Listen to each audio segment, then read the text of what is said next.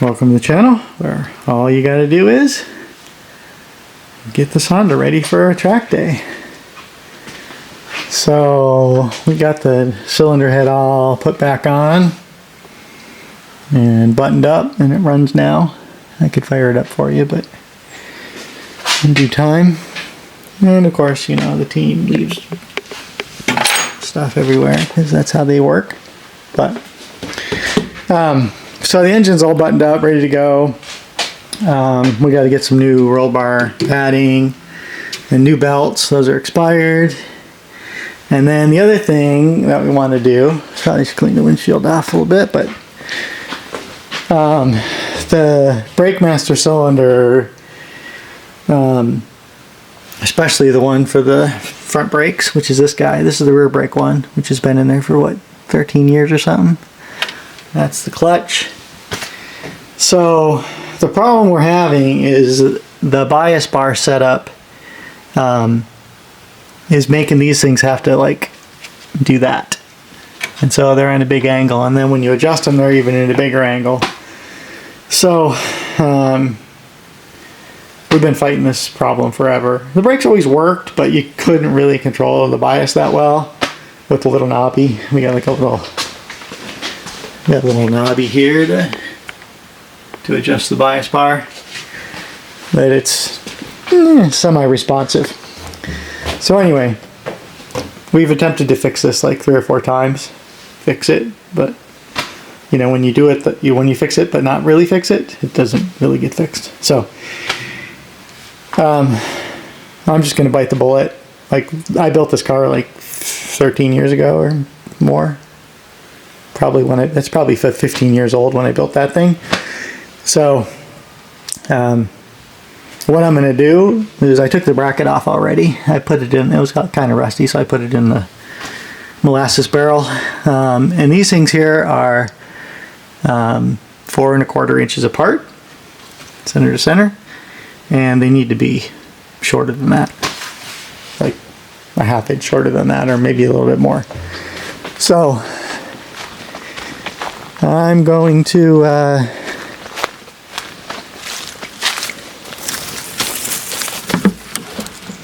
retrieve it out of here. So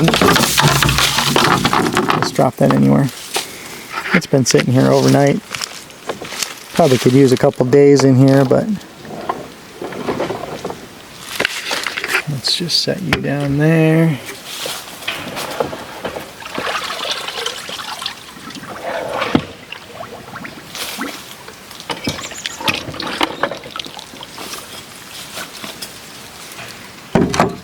Yuck. Whew.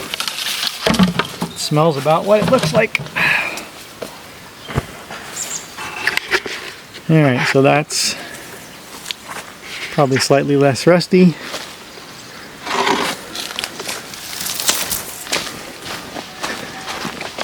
Well, like I said, it's only been in there for less than a day.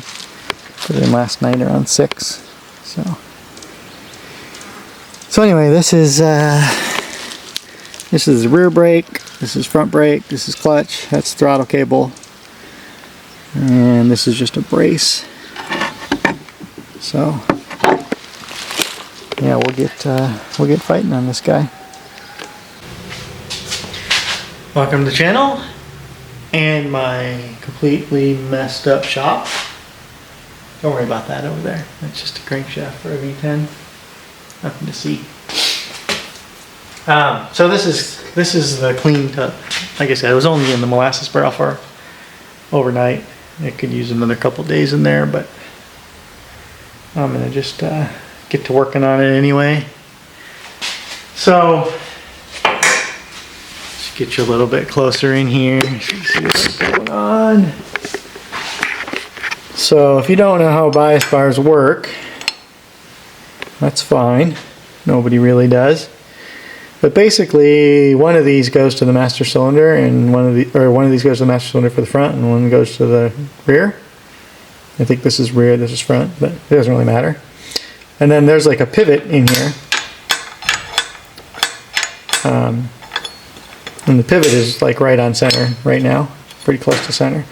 And then if you twist this bar, you keep twisting it and twisting it and twisting it, the pivot comes closer and closer to one end. So you can start seeing the pivot over here. You keep twisting it. There's the pivot right there. Little heim joint. And what that does is puts more load on one side than the other, right? It's like a balance beam. So, and then this is kind of an old school version. It doesn't have any fanciness in it. It's just basically a heim joint on a rod. So what happens when you push on the brakes is this thing tries to, it's got a lot of degrees of freedom in here, and it's just pushing on the end of the, like there's a little ball that goes into that, like a push rod. Basically the same as a push rod on a, rocker arm engine. So this thing has a lot of freedom, so you got to keep these guys kind of tight here. You want to allow it to articulate, but you don't want it to move too far that way. So, and it turns out that distance between centers on this particular setup, with the width of this and the width of these guys, is about 2.5 inches, and it was 4.2 inches. So, yeah, I got to take quite a bit out of there. And then the other thing is, where the pedal is right about here. I don't know why. It's 15 years ago. I slept since then a couple times. So we have to move this guy over 1.1 inches and this guy over 0.6 inches in even round numbers. And as you can see, the problem with that is this bolt and this bolt, which hold it to the firewall. So the way this works is there's some through bolts, like big old long through bolts, like, I don't know, 4 inches long or something, that go into the other side of the, like this is the firewall, gets sandwiched in here. And then the brake pedal assembly, hanger, steering column mount, all that is on the other side, which all bolts in as well. So none of this is welded to the chassis, it's just sandwiched through the chassis. And then there's another brace down here, because if you ever had a car with manual brakes on it, you'll know that when you push on the brakes, it tries to tear the firewall out of the car, or at least it flexes so the master cylinder goes whoop, whoop.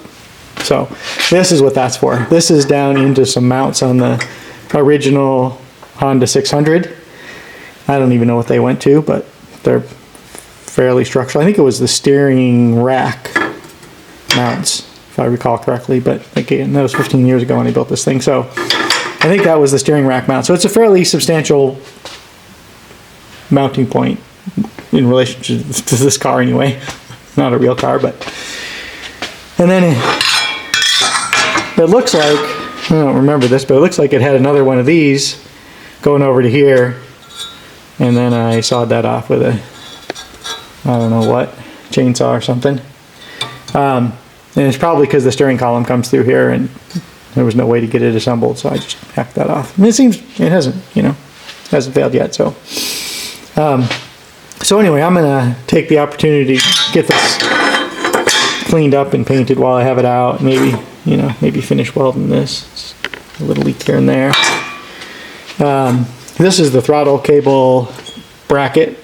I'm using a throttle cable housing from an MR2, because throttle cable actuator pedal things in the front and the engine in the back, so it has to be really long.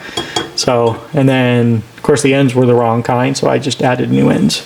So I just got a piece of cable, I think it's 3/32 cable, maybe a little smaller than that, a couple millimeters anyway. So this is the bracket for that. And there's another bracket that goes on here that's bolt-on that holds the reservoir for the clutch. But this is the stock saw clutch cylinder, which it's been on there forever. Right? From when I built the car, it's still on there. So anyway, I'm gonna have to, I got a little tack. I'm pretty sure these are drilled and tapped. So I just threaded these bolts in, and then I put a tack on here so they wouldn't, I wouldn't have to use a wrench on both sides. So I'll just grind that tack weld off of there and there, and there and there, and these should unthread out, in theory. And then these will be out of the way. And then I just got these out of the wine cellar, so they're similar. These are 1 1/8, whereas we're running 5/8.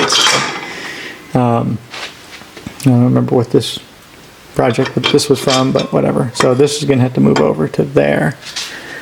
And I think it's going to be, this one I think might be far enough over that it's not a problem, but this one's going to get right into where this guy is. So I'll probably have to grind this guy out of here and either shift it over or put a smaller one in there or something to make it, you know, it becomes, like, yeah, you can see if this bolt moved over, 600,000 is going to be in the middle of this guy.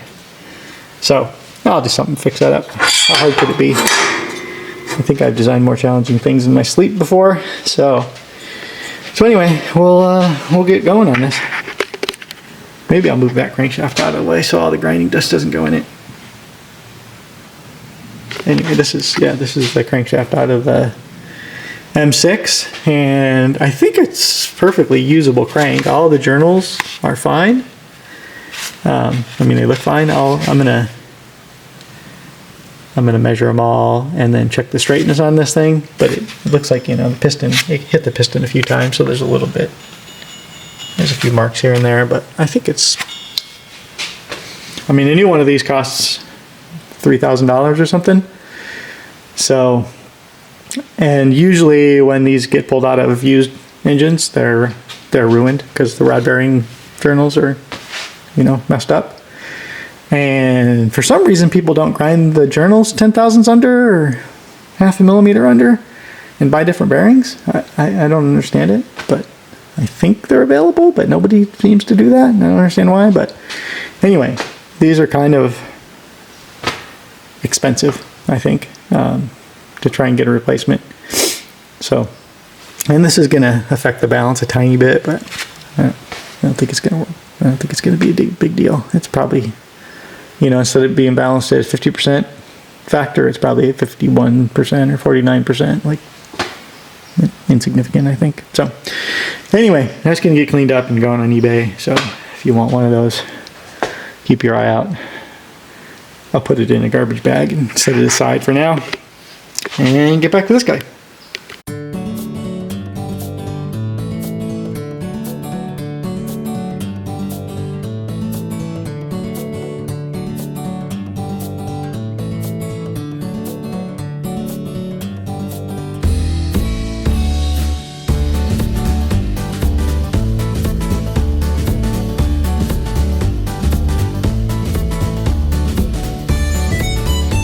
Alright, so now that that's done, I'm going to take this thing over to the mill, clamp it in the vise here, pick up these holes, and then do some mover overing. And then this is going to leave a big giant hole in there, so I'll have to weld that back up. But we'll worry about that when we get there. I'm going to put a chunk out of this guy too, because this has got to move over 600,000, so it's going to take a little chunk out of that, which is fine. I'll fix that up. So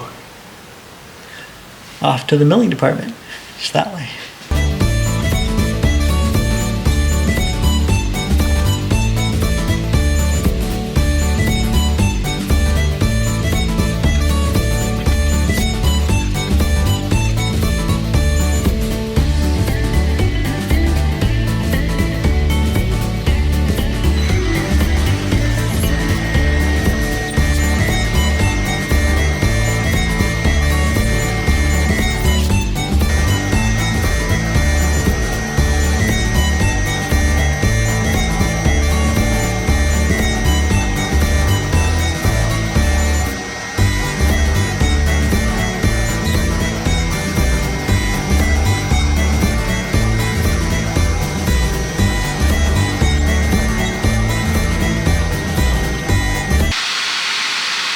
This bolt and this bolt are occupying the same place at the same time. So that's not going to work. Well, the bolts aren't, but the bolt head of this one and the aluminum casting of this one will. So I think what I'm going to do is make this hole bigger here and this hole bigger here. And that has a socket head cap screw going into it. So I'll make a little piece of, I don't know, 3/4 inch diameter bar stock. I'll make it look like that, and then weld it to the top here and here, there and there, and then that countersink will be nested in there, and then kind of do the same thing on this guy, just with like a piece of 1/2 inch bar stock. I'll drill a 1/2 inch hole here, and after this is welded in, I'll drill a 1/2 inch hole there, weld that in, and then yeah, and then I'll have to like patch this hole up, and so anyway, let me clean up some rough edges around this thing a little bit and give it a little more time in the molasses bucket and give it a nice pretty paint job. Maybe I'll finish up some welding here. Looks like I didn't weld on that for whatever reason. Didn't weld that. So maybe I'll finish welding all that stuff. I think I got enough argon for this little project before I have to go get a new tank, but anyway, that's where it's going. Okay, through the magic of something, I don't know, nothing magic going on here, but I did a little bit of trimming on these guys. I gotta still get those with the flap disc, make them round, and get rid of the sharp edge impalers and stuff. But I just took the inside of a hole saw and I just welded those in, and then I'm going to put this back on the mill and get that little crescent out of there.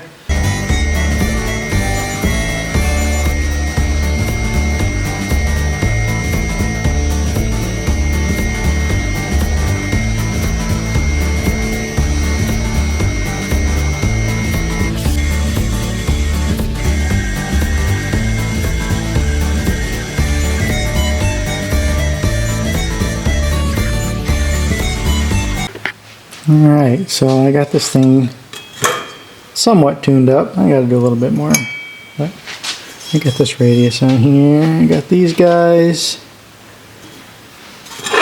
in place. I got that kind of cleaned out. I'll need a little more with some acetone and wire brush and stuff before I weld it. But so I put a pretty decent sized chamfer on here. So I'm just weld on the top of there and the top of there. That's kind of just cosmetic. I'll weld all of this along here and here and here, here and here and here, because this is a structural. Right? That weld breaks it. It's not good. Any of this breaks, it's not good. So even if the throttle cable breaks, it's not good. So anyway, and then I'm just gonna after I weld that up, I'll go in here and drill this hole. The bolt goes in there similar to that, but longer. Normally it's longer right here, but I'm just going to put a short bolt cap screw, so it'll just be from down here. So I'm also going to I'll weld in. It's only welded on this side, and the other side's not welded in here. So I'll weld, because this is this is in tension now, so that welds structural on this side and this side. So anyway, I think that should do it.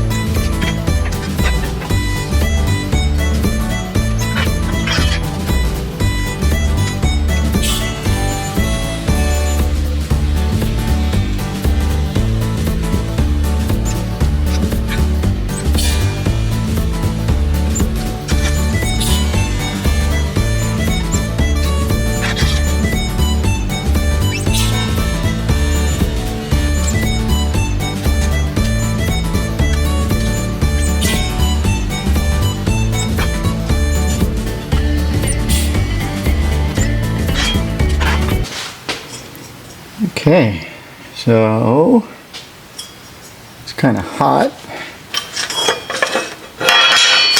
But I got this all welded up. Welded in there, and in there, and there, and there, and then all around this guy. And add a little weld there for funsies. So, you know, I'll just take a flap disc to this and make that flat.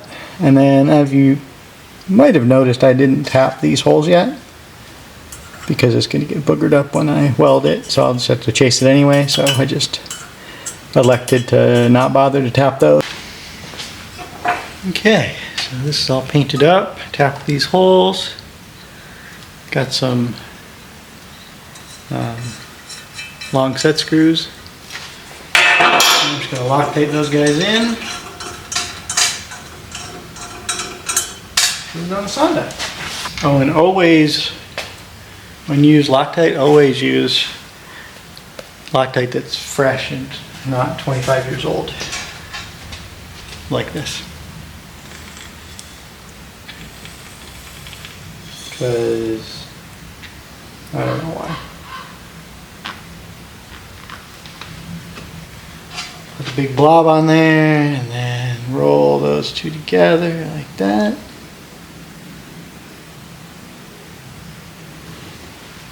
And off to the races.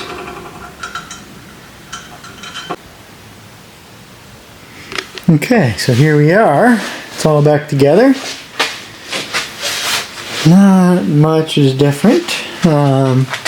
Obviously these guys are closer together now, so I had to put a small reservoir for the rear brakes. This is front brakes. This is clutch. I think those bolts need to get tightened, so I'm not quite done. I put a new hose on here. So yeah, everything's pretty much the same. It does make it a little bit easier to get in here because I rounded this corner off. To adjust this, you can get in there and twiddle it with your finger a little bit easier. Cable back on for throttle. And we bled the brakes and everything's looking good. So we have a track day coming up in, I don't know, 9 days or something. So I probably should put the doors back on, maybe the trunk lid. We did pressure wash the inside of this, kind of hose out all the beef jerky wrappers. And put a baby glove on top of that little sensor doodle. I think that's a UPS something thing. But anyway, don't worry about zip ties. Those are supposed to be like that. Anyway, we'll work on it again this weekend. We'll, put the doors on. New seat belts. I didn't buy the Schroth this time because they keep expiring and they're really expensive. So we got those. They were half as much monies. Yeah, we got to get the cool suit tanks in there, wired up, and then obviously the splitter has to go under tray splitter, diffuser, all that junk's got to go back on. And there's a cover for this somewhere. Yeah, laying over here. Gotta rivet this back on. That's just whose tolerance on that? Flat within 50. I think it's millimeters, but that's the rear engine cover thingy, and then these guys go down there. I'm gonna have to get a new tow rope for the Lemons race, as you have to have a soft toe now. There's a new rule, which this is soft, but it's gotta be like real. You can't just tie a knot in an old, Anyway, what are you gonna do? Anyway, thanks for watching. Hopefully we'll get some more videos at the track day, and so maybe some in-car telemetry and stuff like that. Thanks for watching. If you like this content and want more, subscribe, like, and share.